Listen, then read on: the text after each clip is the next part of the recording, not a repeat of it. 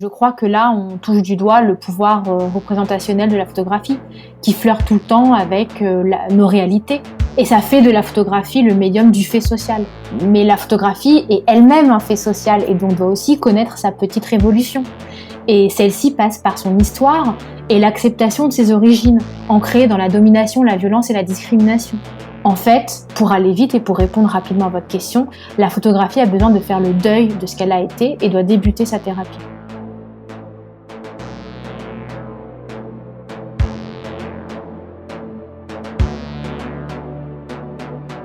Bonjour à toutes et à tous, je suis Cécile Lombardi et vous écoutez Perspective, le podcast qui explore le médium photographique. Qu'elle soit plasticienne, documentaire, de mode, de paysage ou encore de portrait, la photographie en dit long sur nos sociétés contemporaines et la façon dont nous les représentons. Tous les mois, je vous propose de partir à la rencontre de celles et ceux qui se consacrent au médium et de découvrir leurs interprétations esthétiques et sémantiques de l'art photographique.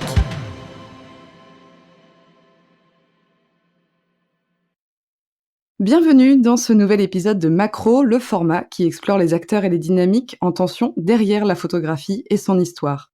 Nous avions évoqué le sujet de la photographie comme instrument de lutte antiraciste avec Marvin Bonner lors de l'épisode 5, celui de la photographie comme médium de visibilisation de minorités ethniques avec Patrick Waterhouse lors du hors-série numéro 3.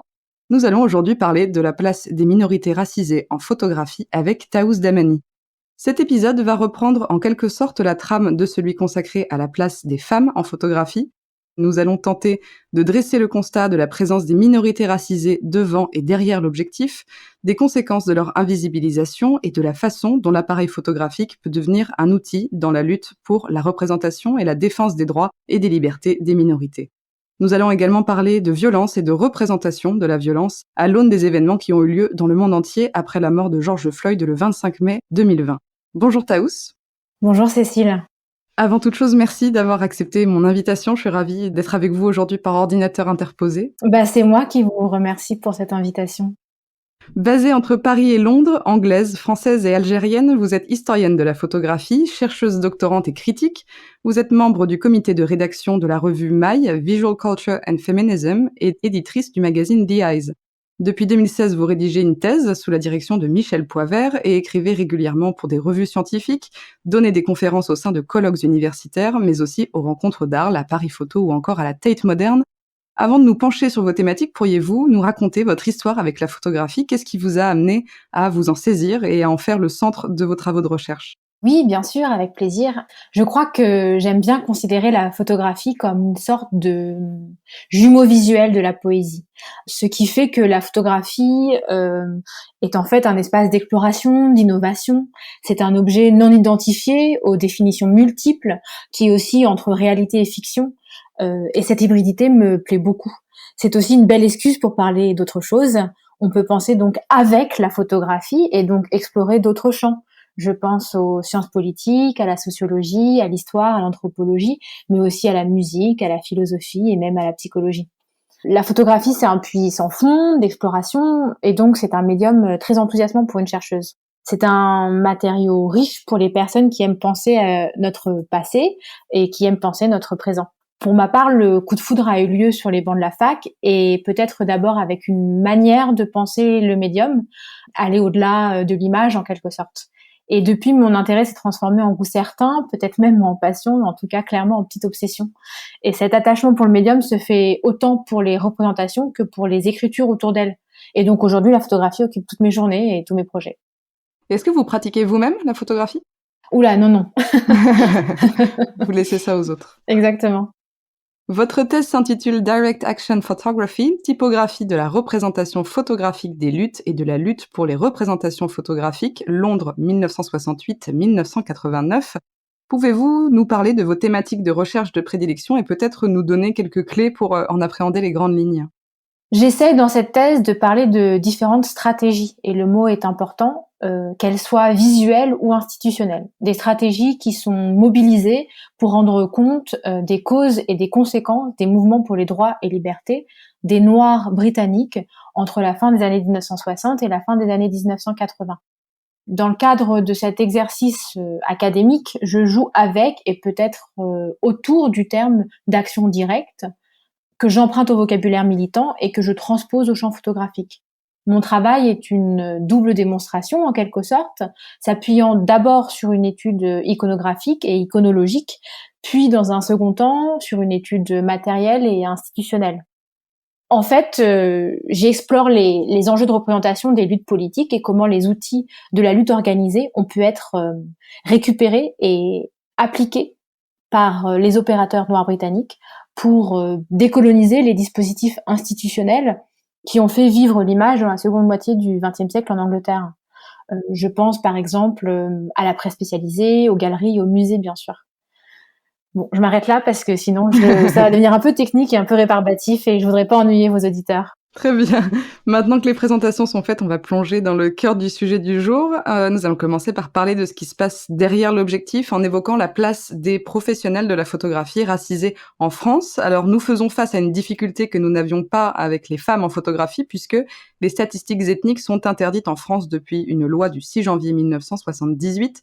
Néanmoins, pourriez-vous nous brosser le portrait de la présence des artistes photographes racisés en France en 2020 ? Sont-ils par exemple souvent présents sur les 6 messes des musées ou lors des grands événements photographiques ? C'est vraiment une vaste question, mais je peux essayer. Je crois que tenter de dresser un portrait d'une scène photographique dans le cadre de votre question ne peut se faire sans tenter de dresser un portrait de la population française aujourd'hui. Car les photographes en question sont peut-être avant tout des personnes portées par des histoires de migration. Et donc, inévitablement, votre question doit se comprendre au regard de l'histoire et parfois de l'histoire coloniale française.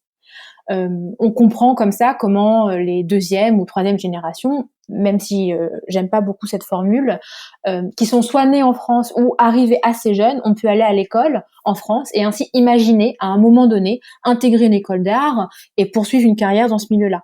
Il y a aussi des autodidactes dont l'inscription sociale, culturelle et visuelle dans ce que je peux appeler le Nord global ou l'Occident si vous préférez, ce qui leur a permis d'imaginer des chemins de vie artistiques. Cependant, je pense que ces parcours restent encore assez rares pour tout un faisceau de raisons, mais principalement du fait de l'intersection des oppressions et des discriminations. Les mondes de l'art sont que des microcosmes de notre société. Et donc ces mots, M-A-U-X, ils sont aussi présents bien naturellement. Historiquement, ça n'a pas été un sujet d'intérêt fondamental pour ceux qui font ce milieu. En France, il n'y a pas de tradition des statistiques, qui est un débat qui pourrait, je pense, en plus être plutôt intéressant et qui est discuté par Louis Georgetin notamment. J'invite vos auditeurs à aller regarder ce qu'il écrit là-dessus. Mais donc, du coup, on se retrouve à se battre contre un ennemi invisible, ou en tout cas indicible, ou en tout cas incalculable. Du coup, moi, ma question, c'est comment parler de l'hétérogénéité du corps social. Mais bon, lentement, les choses changent un peu et je crois que les quelques opérateurs, photographes, artistes qui ont réussi ont eu la bonne idée de tendre la main aux nouvelles générations. Ainsi, petit à petit, ce portrait ou ce paysage va tendre à changer, à évoluer et petit à petit refléter ou peut-être, refléter ou être à l'image, devenir à l'image de la société française. En tout cas, c'est ce que je pense ou ce que j'imagine les jours où je suis assez optimiste, les jours où j'apprends par exemple que Zineb Sedira représentera la France à Venise ou que Kader Attia est nommé curateur de la 12e Biennale d'art contemporain de Berlin ou encore comme il y a quelques jours quand je découvre le programme des rencontres d'Arles de 2021. Car ce qu'il faut bien comprendre, et ça je crois que c'est assez important, c'est que ne pas être représenté, c'est ne pas compter. Et une telle affirmation est bien trop effrayante pour la laisser comme ça, il me semble. Donc là, on parlait plutôt des artistes. Si l'on se concentre maintenant sur les instances de décision, est-ce qu'il y a beaucoup de personnes racisées à la tête d'institutions photographiques en France, en particulier, peut-être en Europe de manière générale ? En France, la réponse va être assez rapide. Non, pas beaucoup, mais même pas du tout. Car on parle de pouvoir là, et c'est à ce moment-là que les choses se complexifient, il me semble. De plus, on en revient toujours à cette question de l'éducation, à mon sens. L'accès à ces postes nécessite une formation précise, portée par des universités, des écoles, des concours, qui ont encore du mal à attirer des étudiants français d'origine étrangère. Et donc, par la logique des choses, ça n'existe pas. Pour parler de l'Europe, c'est une autre question et un autre débat. Et encore une fois, je crois que ça correspond au récit individuel de chaque pays, il me semble. L'agence Magnum, fortement critiquée pour son manque de diversité, a intégré 5 photographes racisés l'année dernière: Kali Kala, Anna Price, Sabia Simen, Colby Deal et Yael Martinez. L'agence, fondée en 1947, est connue pour avoir des racines ancrées dans une certaine tradition, on pourra le dire comme ça. Le curateur Mark Seeley, directeur de Autograph ABP, une institution qui œuvre pour les photographes noirs au Royaume-Uni, a commenté ces nominations en disant, je cite, « Les membres historiques ont tout intérêt à ce que l'agence reste telle qu'elle est, car, ce faisant, elle continuera à les servir. Pourquoi a-t-il été si difficile pour l'agence d'ouvrir ses portes à de nouvelles voix? C'est parce que la vieille garde a du mal à abandonner le pouvoir. » Quel est votre avis, Taous, sur cette fameuse discrimination positive qui cherche à diversifier les talents en présence? Bon, il y a 2 aspects à votre question. Là, j'ai commencé avec Magnum. Magnum a le grand privilège d'avoir été le sujet d'étude et l'objet de recherches de très bons historiens et de très bonnes historiennes de la photographie qui ont notamment récemment, pointé du doigt ces tendances un peu sexistes qui, en quelque sorte, n'essayaient même pas d'être un secret. Je crois que pour la question de la diversité, c'est finalement l'histoire d'une arrière-garde qui rencontre un nouveau monde et ils essayent de ne pas couler. Mais comme on dit, mieux vaut tard que jamais, il me semble en tout cas. Après, il ne faudrait pas que ça reste des épiphénomènes, les choses doivent se construire sur la durée. Vis-à-vis du deuxième aspect de votre question, je crois que mon problème avec la discrimination positive est lexical. C'est un oxymore assez barbare à mon sens. Ce qu'il veut dire cependant est plutôt intéressant. Il vise à essayer de faire que les institutions culturelles ou artistiques, car je ne vais pas m'exprimer au-delà de ce contexte, soient à l'image de notre société et de ses populations. L'affirmative action, pour parler anglais, en ce sens devient une réponse positive à un problème, et donc ça sonne un peu autrement. Mais ça signifie qu'il faut reconnaître le problème. Tout cela est une question de conscience, de volonté, de détermination et surtout de ces traductions dans des actions, des gestes instituants, des gestes qui érigent et qui promeuvent. Mark Seeley a raison, la question est, comme je vous le disais plus tôt, est une question de pouvoir, et le pouvoir historiquement ne s'est pas donné, il s'est pris. Alors justement, est-ce que vous avez le sentiment que le sujet est une priorité au même titre que la visibilisation des femmes en photographie? En France, vous voulez dire? En France. Je ne fais pas partie de ces sphères décisionnelles, donc je peux que partager avec vous mes observations. Et je ne crois pas qu'on ait atteint le stade de priorité. Sinon, peut-être que nous n'aurions pas cette conversation. Ces questions sont au mieux flottantes dans la tête de certains, mais elles sont encore loin de toute réalisation concrète ou même de projet concret. J'en reviens à mon idée d'action, c'est vraiment important. Et finalement, je crois qu'il y a un manque d'éducation fondamentale, car tous les humains ont peur de ce qu'ils ne connaissent pas, et le savoir permet de prendre des décisions éclairées. Et puis, il y a à mon sens une question de vision créative, de liberté et d'imagination sur les manières dont nous pourrions discuter de ces choses-là. La quête vers plus d'inclusivité et de diversité pourrait aussi se faire de manière enthousiasmante. Mais ce n'est pas moi qui vais en décider. Vous savez, le combat pour la reconnaissance des femmes photographes que vous mentionnez en introduction a pris des décennies, pour ne pas dire vraiment plus. Donc nous parlons là d'un véritable marathon. Comme c'est le cas avec le sujet de la femme, photographie plasticienne et photographie de presse évoluent à des rythmes différents sur les questions de représentation des minorités racisées. Que peut-on dire du cas particulier du photojournalisme? Cette question est vraiment compliquée pour moi. D'abord car c'est une étude c'est une question qui m'occupe en tant que chercheuse. C'est-à-dire, pour aller vite, les questions d'éthique liées aux pratiques de l'image dans la presse. Mais aussi car c'est le domaine photographique qui porte, il me semble, le plus de réticence à avoir ces conversations. Et je crois que ces craintes viennent de sa définition même, de sa raison d'être et de l'histoire du photojournalisme qui, en quelque sorte, fait barrage à ce genre de questionnement en France. Le bagage socio-culturel qu'il porte, qu'il a construit, le guide toujours aujourd'hui. Et on en revient peut-être d'ailleurs à votre remarque sur Magnum.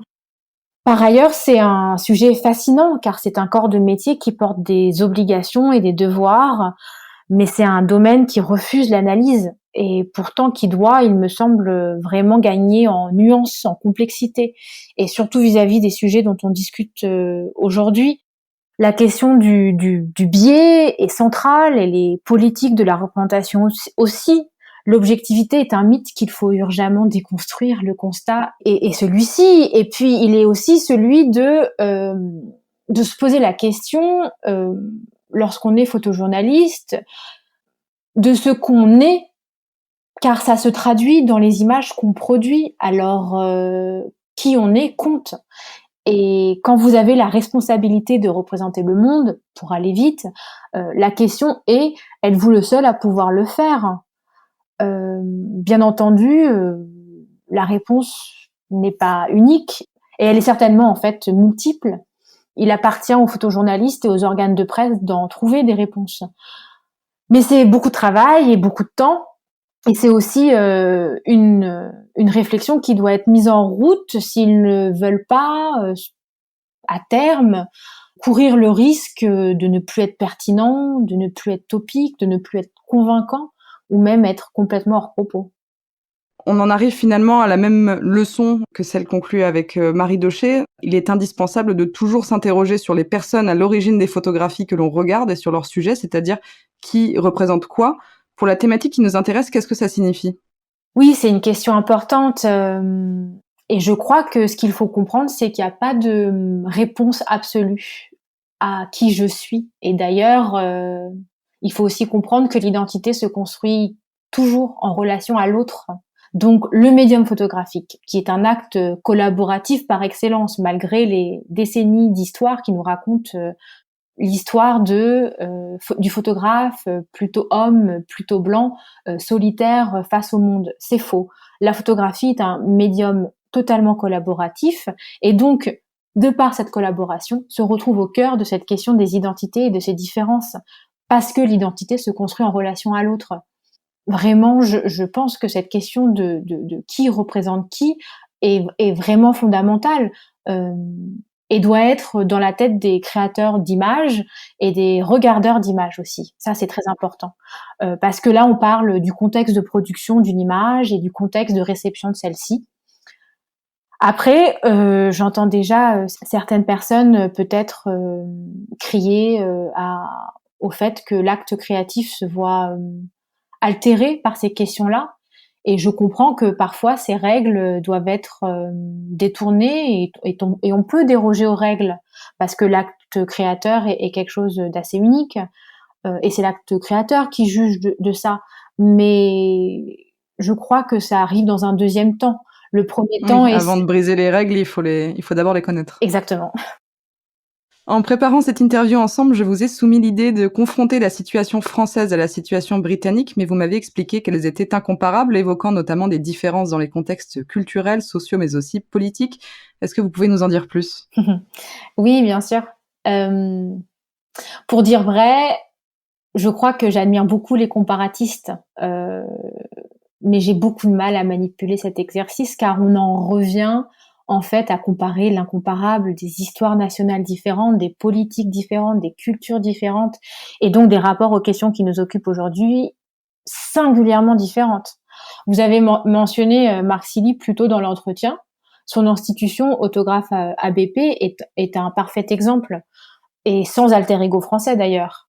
Finalement, je crois que la plus grosse différence avec les États-Unis et la Grande-Bretagne d'un côté, même si ce groupement est un peu grossier, et la France et d'autres pays européens de l'autre, c'est que le premier groupe a été forcé de reconnaître un problème et donc d'entamer une conversation qui parfois tourne à la dispute, je l'entends, mais c'est un endroit où la France se refuse au dialogue, se cache les yeux et se bouche les oreilles.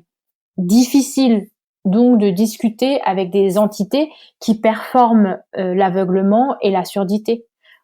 Pourtant, il me semble que les gestes vers l'autre sont nécessaires. Et j'aimerais inviter vos auditeurs à aller voir le travail de la philosophe française Nadia Yala Kisuokidi, qui parle très bien de ce déni. Je mettrai le lien dans la description de l'épisode. Vous parliez de disputes, impossible de ne pas évoquer l'hostilité que suscitent les études post-coloniales en France au sein du pouvoir politique et du milieu de la recherche. Nous n'allons pas forcément rentrer dans les détails du schisme qui oppose les chercheurs dits universalistes et les chercheurs décoloniaux, mais je pense qu'il peut être intéressant pour nos auditrices et auditeurs d'en savoir plus sur ce sujet pour mieux comprendre la représentation des minorités racisées en photo.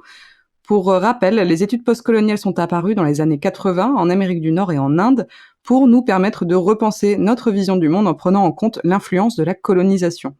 Les chercheurs travaillant sur les thématiques décoloniales et intersectionnelles telles que vous sont accusés par d'autres de former, je cite, une vague identitaire dans le supérieur et la recherche. En janvier dernier, 76 universitaires ont par exemple signé un appel paru dans Le Point pour déplorer un mouvement militant qui entend imposer une critique radicale des sociétés démocratiques qui croit combattre les inégalités en assignant chaque personne à des identités de race, de religion, de sexe et de genre. Je sais qu'il s'agit d'un sujet qui vous tient évidemment à cœur. Quels sont les effets de cette hostilité française sur l'évolution de la question de la représentation des minorités racisées en photographie ?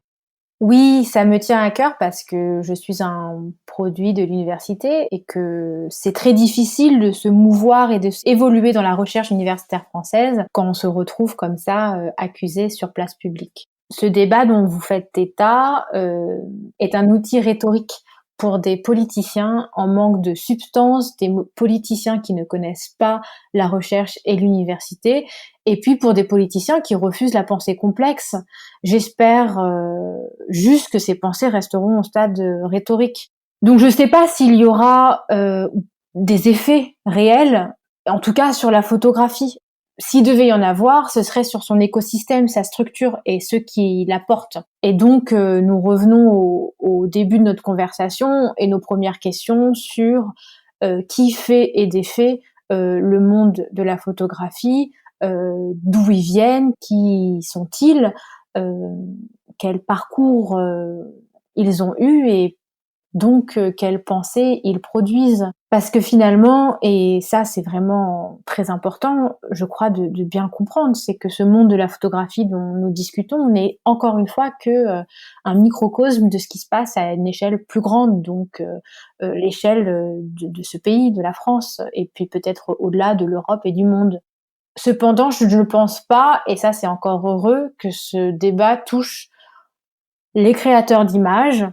Mais bon, l'année de campagne qui nous attend et les images qui vont être produites vont être intéressantes quand même à cet égard.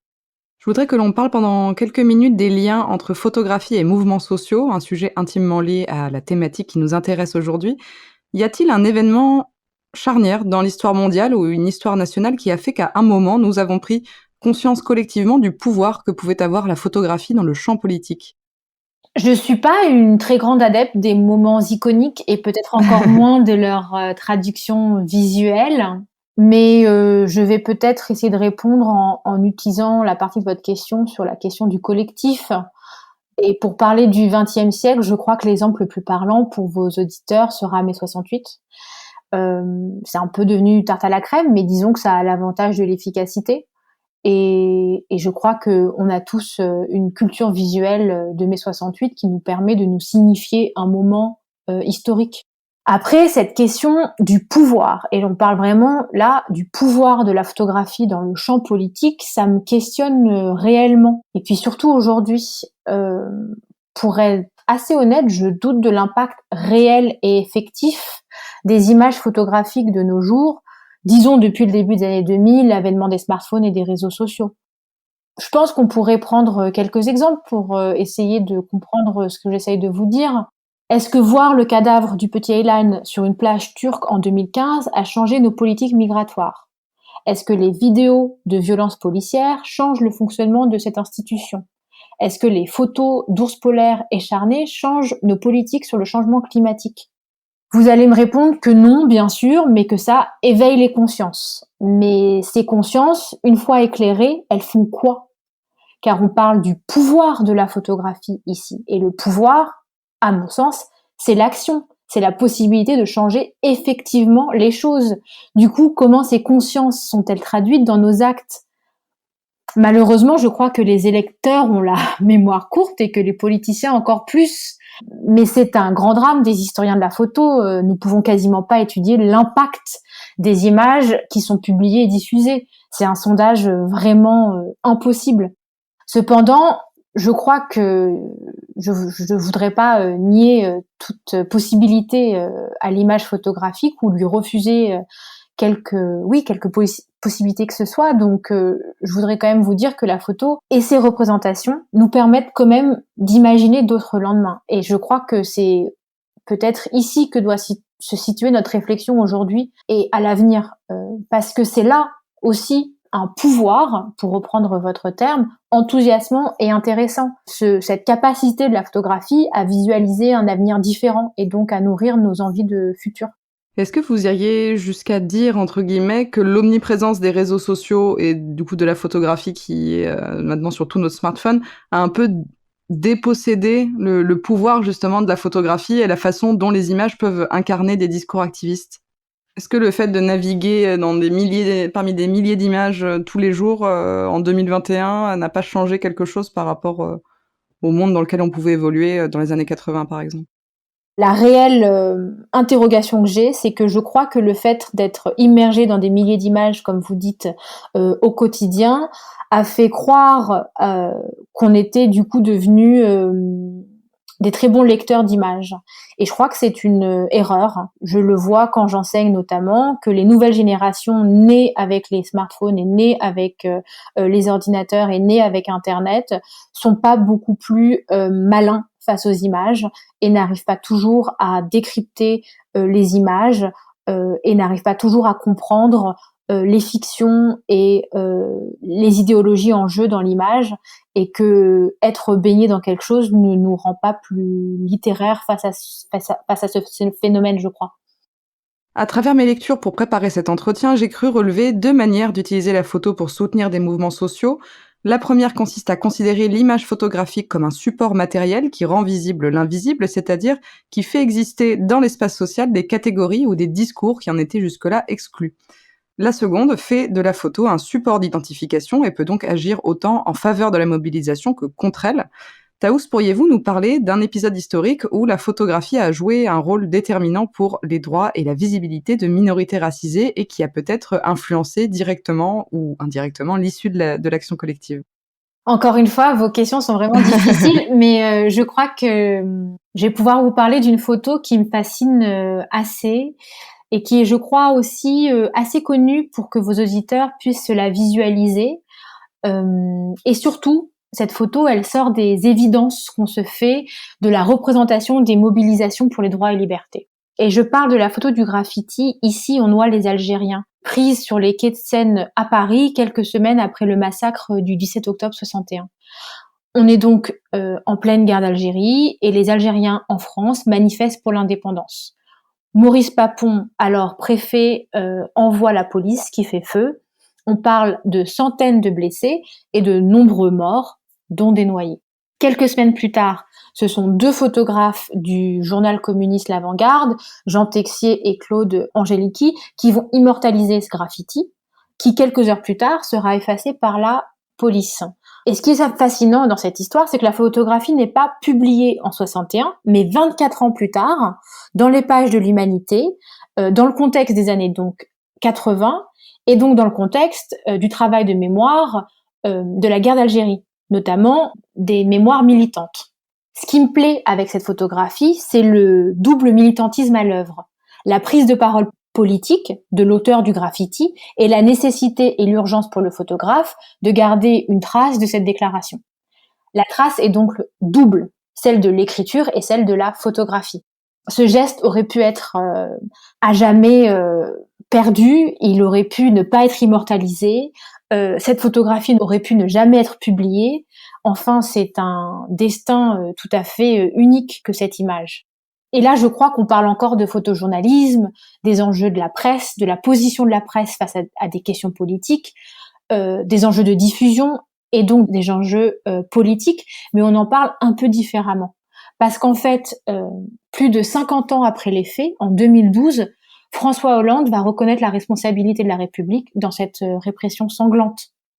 Alors loin de moi l'idée de créer un lien de causalité directe entre les images et leur rôle et cette déclaration du président à l'époque. Mais il me semble que notamment dans les questions de mémoire et dans ces traductions politiques, le rôle de l'image est réel. Et comme je vous disais plus tôt, le plus grand succès est peut-être mai 68, dont les images ont peut-être créé un arc narratif bien différent de ce qu'était finalement mai 68. Et qu'est-ce qui a pu changer dans le rôle de la photographie en tant qu'instrument de lutte entre le XXe siècle et aujourd'hui? Je crois que tout a changé depuis quelques années. On parle souvent de la révolution égyptienne de 2011 comme un grand virage sur ces questions. Le photographe européen, dans l'impossibilité de faire ce qu'il fait, c'est-à-dire donner une voix aux sans-voix, sans faire trop de clichés, va se rendre compte que les smartphones et les réseaux permettent aux sans-voix donc de l'utiliser, de prendre la parole et de se faire entendre au monde entier. Et je crois que aujourd'hui, en 2021, cette question est vraiment d'actualité et peut-être vraiment plus urgente que jamais, notamment au regard de la loi dite sécurité globale et son fameux article 24, qui à l'heure où je vous parle a été voté à l'Assemblée nationale. Et donc, on verra ce que le Conseil constitutionnel en dira. Mais en bref, peut-être cette question des smartphones et des réseaux, il faut quand même dire que ce sont des outils incroyables pour les militants dans le Sud global et au-delà. Ce sont des outils parfaits de l'activisme parce qu'on va venir créer une iconographie efficace et très vite on va pouvoir la diffuser et donc aussi diffuser le discours porté par cette image. Cependant, peut-être une petite nuance, les réseaux sociaux sont détenus par les GAFA, souverain du capitalisme et du néolibéralisme, ce qui me pousse quand même à mobiliser cette fameuse affirmation de l'autrice africaine-américaine féministe Audre Lorde, qui écrit que les outils du maître ne détruiront jamais la maison du maître. Donc voilà, ce n'est ni tout blanc ni tout noir. Alors on va maintenant changer de sujet, on va parler du mouvement Black Lives Matter qui existe depuis 2013 mais qui a connu un regain de visibilité suite au meurtre de George Floyd aux États-Unis. Il a mené toutes les sphères de la société à opérer une remise en question sur leur rapport au racisme et à la visibilité des minorités racisées. Le monde de l'art, comme on le disait, lieu de pouvoir et de contestation, microcosme également, est évidemment concerné. De nombreuses voix parmi les artistes, les guides conférenciers, les commissaires d'exposition ou les galeristes se sont élevés pour dénoncer le racisme systémique du monde de l'art. De façon générale, comment le monde photographique français s'est-il saisi ou non de ce sujet? Eh bien, je ne sais pas si à votre place je dirais nombreuses voix, mais finalement la réelle question est plutôt est-ce que ces voix-là sont véritablement écoutées? Et ça, je ne le sais pas. Je voudrais aussi mentionner un papier de Philippe Dagen pour Le Monde qui parle plutôt de silence, mais aussi Sébastien Magro sur Slate, par exemple. Dans le monde de la photographie, je crois que je peux le dire sans trop de doute que le silence fut assez lourd et assez sourd. Je voudrais revenir au début de notre conversation. Il est possible de parler des choses quand celles-ci sont un véritable sujet. Et je ne sais pas si c'est le cas dans ce domaine. Ils diront certainement que ce n'est pas leur rôle, qu'ils ne vont pas commenter d'actualité et qu'ils ne devraient pas mentionner des épiphénomènes de l'actualité. Et ils vont certainement aussi parler de leur devoir de réserve. Bon, très bien. Cependant, à leur place, je crois que j'aurais un petit peu peur que des milliers de personnes qui se sont senties concernées par ces événements y voient des signaux clairs qu'ils ne font pas partie du public que l'institution culturelle s'imagine. Finalement, les réponses les plus importantes sont peut-être les actions sur le long terme, sur les expositions, sur les publications et surtout sur les collections. Et encore une fois, je crois que le programme des rencontres d'Arles pour l'été 2021 est peut-être un petit frémissement en ce sens, mais il est un peu trop tôt pour le dire. Depuis le 25 mai 2020, vu que vous le mentionnez, et la mise à mort de George Floyd, ainsi que les mobilisations qui ont suivi, les sentiments qui sont ceux de l'isolement, de l'incompréhension, et je crois aussi du rejet chez les photographes français d'origine étrangère, furent d'une grande brutalité. Et je me permets d'en parler car j'en parle avec eux. Il ne faut pas avoir peur de ces sujets, le dialogue est évidemment urgent et nécessaire. Et est-ce que vous pensez que le sujet se pose en des termes différents pour la photographie par rapport à d'autres disciplines artistiques? Oui, je crois que là, on touche du doigt le pouvoir, représentationnel de la photographie, qui flirte tout le temps avec, nos réalités et ça fait de la photographie le médium du fait social. Mais la photographie est elle-même un fait social et donc doit aussi connaître sa petite révolution et celle-ci passe par son histoire et l'acceptation de ses origines, ancrées dans la domination, la violence et la discrimination. En fait, pour aller vite et pour répondre rapidement à votre question, la photographie a besoin de faire le deuil de ce qu'elle a été et doit débuter sa thérapie, en quelque sorte.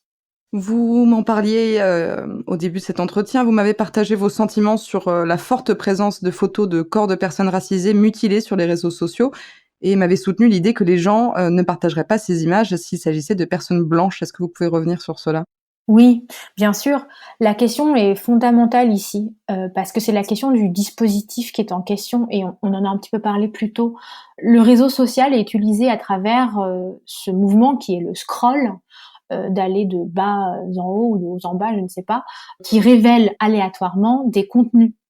Donc, dans le cas des partages de corps violentés, meurtris, voire même de cadavres, on se retrouve surpris, sans consentement réel, par ces images. Est-ce la meilleure manière de faire face à ces images? Je me le demande. Je me pose aussi la question du risque de la banalisation. Découvrir des corps, et dans le cas de votre question, des corps noirs, entre la vie et la mort n'est pas anodin. Car voir les choses, ça ne veut pas dire les comprendre. L'abondance et l'instantanéité de l'information caractéristiques des réseaux sociaux ne vont pas de pair avec l'acquisition de connaissances. De plus, les réseaux fonctionnent dans un entre-soi. On partage avec nos amis et donc a fortiori, et c'est pas moi qui le dis, ce sont des sociologues, des personnes qui pensent comme vous. Donc on cherche à convaincre qui quand on partage des images de corps meurtris.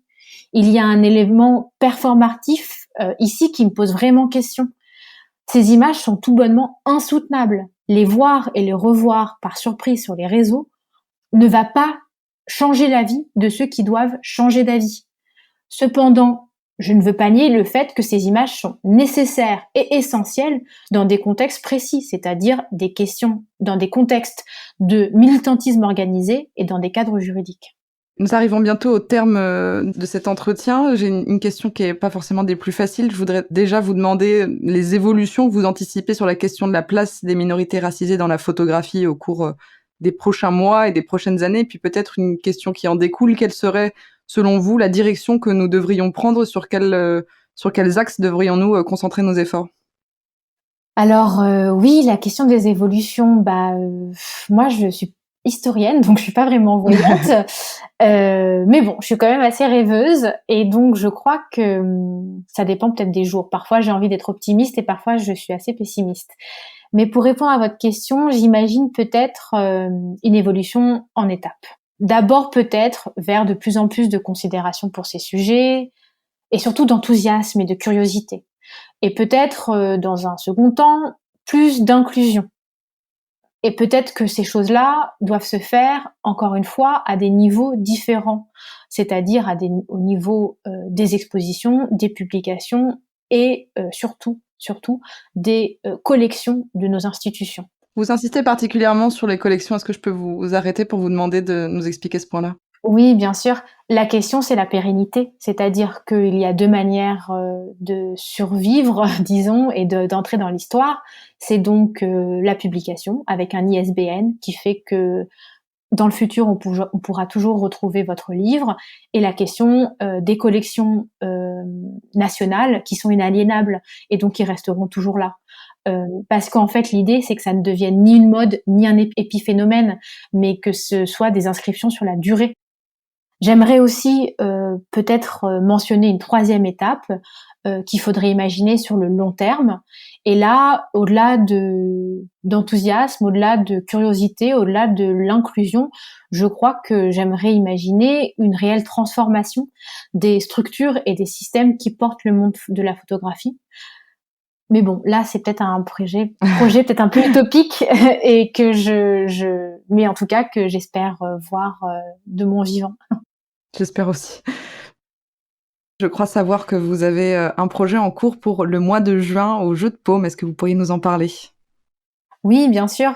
Je ne sais pas si vos auditeurs ont vu passer ça, mais le Jeu de Paume, du fait de sa fermeture, a tenté, disons, l'expérience, de vivre au-delà de ses murs et a créé, un compte Instagram qui s'appelle le Jeu de Paume Lab et a invité, pour, couvrir l'année, donc pendant 12 mois, 12 commissaires, à réfléchir avec 4 photographes, chacun 4 photographes, sur la question de la distance, une thématique qui nous occupe tous beaucoup en ce moment, en ces temps de pandémie. Donc voilà, au mois de juin, je prends les manettes de ce compte avec 4 photographes et donc je vous invite à aller voir leurs travaux sur ce compte. Merci beaucoup Taous pour cette interview passionnante. Je suis très heureuse d'avoir pu vous recevoir sur ce podcast. Merci à vous. J'espère que cet épisode aura permis de répondre aux questionnements de nos auditeurs sur le sujet. Vous retrouverez plus de ressources en description de cet épisode. S'il vous a plu, laissez-lui 5 étoiles et laissez-moi un commentaire pour que d'autres puissent découvrir Perspective à leur tour. La prochaine fois, c'est à un artiste que nous donnerons la parole. En attendant, je vous donne rendez-vous sur la page Instagram perspectivepod.cast pour découvrir la sélection de photographies de Taous Damani. Merci de nous avoir écoutés et à très bientôt.